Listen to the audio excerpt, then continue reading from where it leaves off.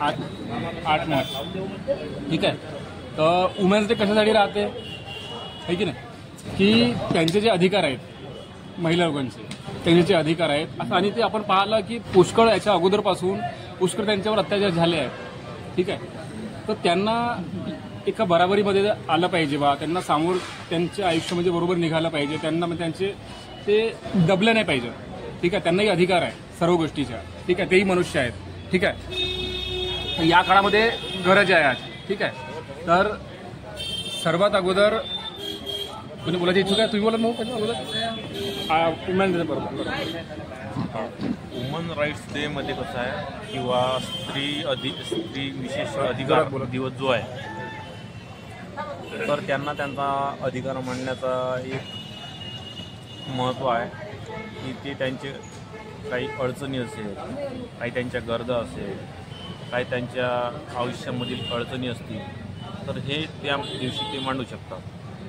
आणि जसं समाजामध्ये सध्या खूप म्हणजे स्त्रियांच्या बाबतीत थोडं म्हणजे अलग नजरिया बदलला आहे, कारण की आपला समाज आहे मनुष्यप्रधान आहे.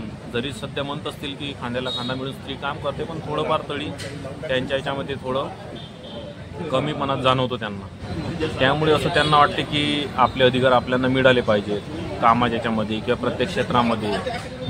सध्या म्हणजे त्यांच्या म्हणजे समाजामध्ये कृत्य बहुत जास्त प्रमाणात होत आहे स्त्रियांसोबत. त्यामुळे सेफ्टीच्या हिशोबानं किंवा संरक्षणाच्या हिशोबानं शासनाने बरेचसे पाऊल उचलले पाहिजे आणि स्त्रियांचे प्रोटेक्शन केलं पाहिजे किंवा संरक्षण मिळालं पाहिजे, असं माझं मत आहे.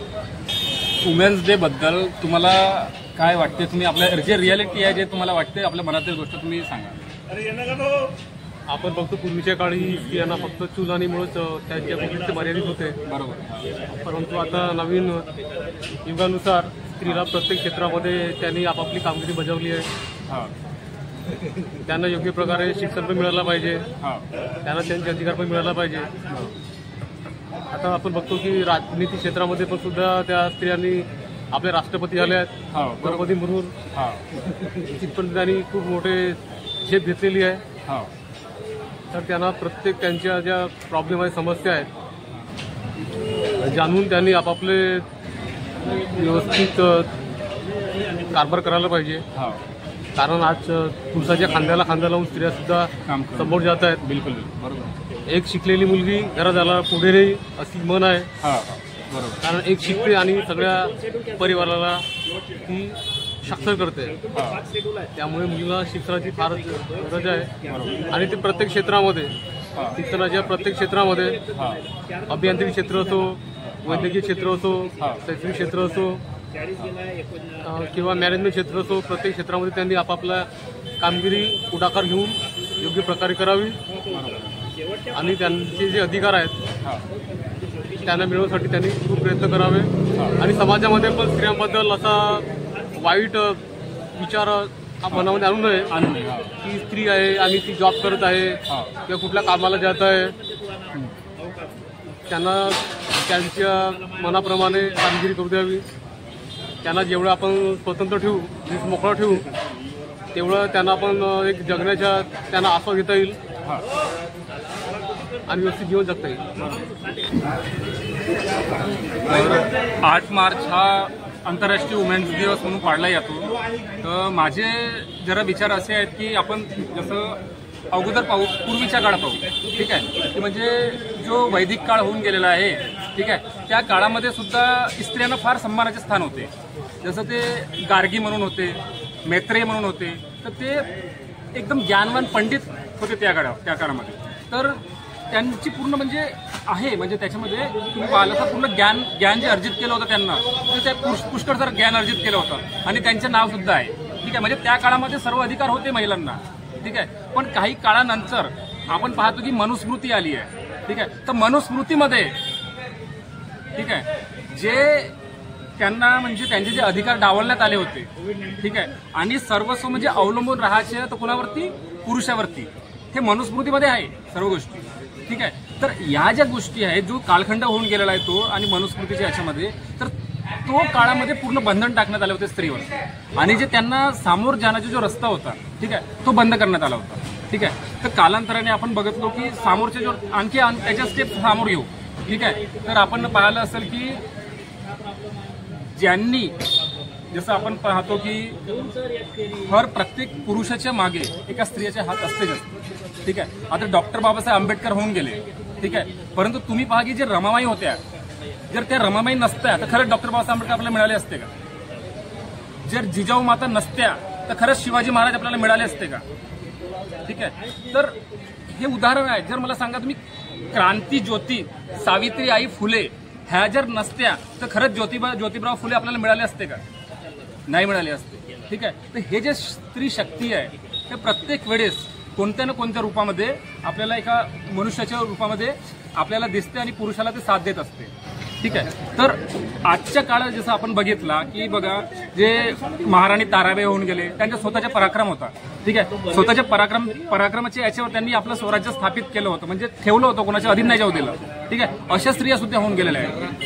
आज जर आपण बघत असतो की जे लता मंगेशकर आहे, ठीक आहे, स्वर सम्राज्ञी म्हणण्यात येते, तर त्यांच्यामध्ये ते गुण होते, स्वतःमध्ये त्यांनी आत्मसात केले होते. आजच्या काळामध्ये सायना नेहवाल आहेत, PV सिंधू आहेत, कर्णम मल्लेश्वरी आहेत.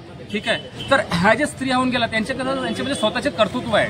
ठीक आहे. म्हणजे यांची ओळख कशामुळे आहे? म्हणजे जे अगोदरच्या काळामध्ये जे चूल आणि मूल जे तुम्ही म्हटल्या होत्या, ठीक आहे, तर त्यांच्यामुळे यांची ओळख आहे, त्याच्यामुळे याची ओळख आहे का? नाही आहे. यांनी जे स्वतःचे जे ज्ञान अर्जित केलं, जे स्वतःमध्ये त्यांचे जे गुण होते ते त्यांनी अर्जित केलं, त्यांच्यामुळे त्यांचे मला नाव आहे. ठीक आहे. तर अशा प्रकारे जे आज महिलांना जे हे जे युग आहे, हे जे अगोदरच्या काळामध्ये कसं होतं, म्हणजे तो युग होता तो वेगळा होता. तेव्हा तलवारबाजी चालत होत्या, म्हणजे बलाढ्य कोण बलावा नाही बा त्याच्यावर चालत होतं. पण आज युग तसं नाही आहे. आजचे जे युग आहे ते ज्ञानावर अर्जित, जो ज्ञान अर्जित करेल तो सामोर जाईल, जो टेक्नॉलॉजी अर्जित करेल तो सामोर जाईल. तर हे युग महिलांचे युग आहे. आणि जर महिला लोकांना जर ज्ञानावर जास्त फोकस केला, आपल्याला ज्ञान वाढवण्यावर आणि टेक्नॉलॉजीच्या आत्मसात करण्यावर, तर खरंच सांगतो त्यांना हे सुवर्ण संधी आहे. त्या काळामध्ये पुष्कळ बंधन होते, पण ह्या काळामध्ये जे डॉक्टर बाबासाहेब आंबेडकरांनी संविधान निर्माण करून जे सर्वात अगोदर जे अधिकार दिले, मतदानाचे अधिकार, ठीक आहे, आणि जे हिंदू कोड बिल मार्फत त्यांनी जे स्त्रियांना घटस्फोटचे अधिकार दिला आणि सर्व समानतेचे अधिकार दिलेला आहे, तर ह्या काळात संधी आहे, त्यांना हर गोष्टीची संधी आहे. तर ते जर विचार केला की ते जर ज्ञान अर्जित केलं आपल्याला आणि ज्ञानावर जास्त विकास केला आणि टेक्नॉलॉजी जे दुनियाची आता वाढून राहिली, आता लढाई अशा नाही होत की तुम्ही तलवारबाजी खेळत राहा आणि ते असं लढाई नाही होणार आहे. आता टेक्नॉलॉजीची लढाई आहे, एका बटनवर सर्व खेळ चालते. ठीक आहे. हे टेक्नॉलॉजीचे आहे. ठीक आहे. आपण पाहत असतो की 10वीचा जो रिझल्ट लागते त्याच्यामध्ये सुद्धा स्त्रिया सामोर राहतात, आहे की नाही, 12वीच्या रिझल्टमध्ये सामोर राहतात. तर अशा प्रकारे पुष्कळसे असे तुम्हाला उदाहरण दिसते की त्या सामोर आहेतच ते खरंच. कारण की जो अच्छा माणसाच्या हातामध्ये सत्ता आली, त्यांनी काय केलं? लढाई केल्या. कोणतं असं पूर्ण विकसित केलं का? आहे की नाही. पण जर महिला ह्या पुरुषांच्याही समोर आहेत, जर त्यांना जर जे सृजन करायची त्यांच्यामध्ये क्षमता असते, ते पुरुषांपेक्षा काही गुणा समोर असतात, काही गुणा जास्त आहे त्यांच्यामध्ये. नैसर्गिक आहे ते, नैसर्गिक आहे. ठीक आहे. तर त्यांनी जे आपण म्हणतो पुरुषाबरोबर समानता, तर मला तर असं वाटतं की स्त्री ह्या पुरुषाच्या काही गुणा समोर आहेत आणि त्यांना पुरुषाच्याही समोर त्यांना अधिकार पाहिजे. ठीक आहे. तर फक्त एवढंच आहे की अधिकाराचा गैरवापर नको. ठीक आहे. कारण की आपण आलो तर कुठून आलो, जो आपला इतिहास होऊन गेलेला आहे, ठीक आहे, तर जंगलातूनच आपण आलेले आहोत. ठीक आहे. आणि स्त्री बी म्हणजे जंगली होती, पुरुष सुद्धा जंगलीच होता. ठीक आहे. तर हे गोष्ट लक्षात असायला हवी की जर ताकदीने जर समजून झालं की काही आपलं ते करू नाही शकून राहिली आहे, तर लक्षात ठेवा की तिच्यामध्ये जे मेंदू आहे, तिच्यामध्ये जे बौद्धिक क्षमता आहे, त्या बळावर ते त्याचा वापर करू शकते. ठीक आहे. आणि तिच्या हाते बनवण्यास, एका पुरुषाला, एका कुटुंबाला, एका समाजाला बनवण्याचं जेवढं तिच्यामध्ये क्षमता आहे, तर तिला विध्वंस करायचं हेही तिच्यामध्ये क्षमता आहे. ठीक आहे. हां. तर ह्या गोष्टी लक्षात ठेवायला हवं आणि त्यांनी ह्या गोष्टी लक्षात करायला हवा. आणि जे आजच्या काळामध्ये जे समाज माध्यम आहे, तर समाज माध्यमामध्ये ज्या ॲडव्हर्टाईज दाखवतात, ज्या हिरोईन वगैरे आपलं म्हणजे जे देह अंगाचे प्रदर्शन करतात, ते गलत आहे. कारण की तुमची असली ताकद ते तुमच्या देहामध्ये नाही आहे. तुमची असली ताकद आहे तुमच्या ज्ञानमध्ये. तुम्ही जे गुण आत्मसात कराल ठीक आहे, त्याच्यामध्ये असली ताकद आहे तुमचीवाली, ठीक आहे, आणि तेच तुम्हाला सामोरं घेऊन जाऊ शकते, ठीक आहे. तर जे हिरोईन्स वगैरे जे राहतात आणि कोणी सुद्धा, ठीक आहे, तर त्यांनी हे जे अंग प्रदर्शन वगैरे जे आहे ते नाही करायला पाहिजे बाबा, ठीक आहे, कारण की ते पुरुषाला सुद्धा मनाई आहे आणि स्त्रियांना सुद्धा मनाई आहे, ठीक आहे. राहिली गोष्ट की एक पुरुष एका स्त्रीला कोणत्या नजरेनं पाहतो, तर हे लक्षात असणं आवश्यक आहे की आपण सर्व मनुष्य आहोत, ठीक आहे. सर्वांना भावना आहेत, सर्वांना संवेदना आहेत, ठीक आहे. सर्वांचे म्हणजे एक प्रत्येक स्त्रीची एक आई असते, बहीण असते, मुलगी असते, आहे की नाही. ह्या सर्व नात्यामध्ये आपण तिला पाहत असतो आणि ते कुठं ना कुठं हमेशा आपलं प्रेझेंटेशन आपल्याला दाखवत असते आणि ते आहेच. हर प्रत्येक पुरुषाच्या मागे स्त्री आहेच. तर ह्या गोष्टीला समजणं आवश्यक आहे की एका स्त्रीला, ठीक आहे, तर तुम्ही फक्त मनुष्य जे आहे, मनुष्याचे जे अधिकार असतात ते मनुष्याच्या नजरेनेच पाहणं आवश्यक आहे, ठीक आहे. कारण की आपण पाहत असतो की जो कुत्रा राहते, कुत्रा कोणाच्या मागे धावते, त्याला हड्डी मिळाली तर हड्डीच्या मागे धावते कुत्रा, ठीक आहे. हाँ, पण एक कहावत आहे, कामी कुत्ता 4 दिन का, बाकी दिन क्या करेंगे. तो जो कुत्ता रहता है ना, तो इंसान है, अपन कुत्ते तो नहीं है कि साला लगे रहे उसके पीछे, है कि नहीं. हाँ, तो हड्डी के पीछे लगे रहे कुत्ते के समान, छोड़ता नहीं हड्डी उसकी. तो ये जो समझ लो कि जो इंसान ऐसे भागते रहते हैं, तो समझ लो कि वो कौन है, वो जा रहा है किसके ऊपर, जो मैंने उदाहरण दिया उसके ऊपर. बस ये समझ जाना चाहिए, ठीक है.